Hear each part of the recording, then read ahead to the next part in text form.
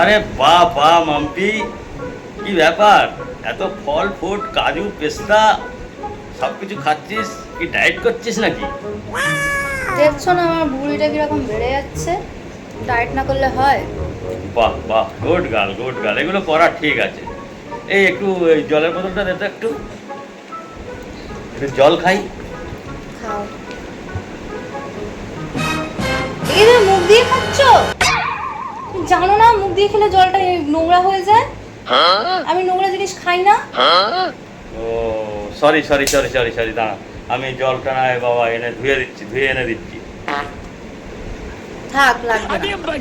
আরে আরে, দাঁড়া দাঁড়া দাঁড়া দাঁড়া দাঁড়া, তোর যেখানে এত অসুবিধে, কারোর মুখ দিয়ে কোনো জিনিস খাস না, তাই এটা কি খাচ্ছিস? কেন, ডিম খাচ্ছি। তো ডিমটা কোথা থেকে বার হয়? এটা একটা নোংরা নয় নাকি? এটা খুব ভালো জিনিস। হ্যাঁ।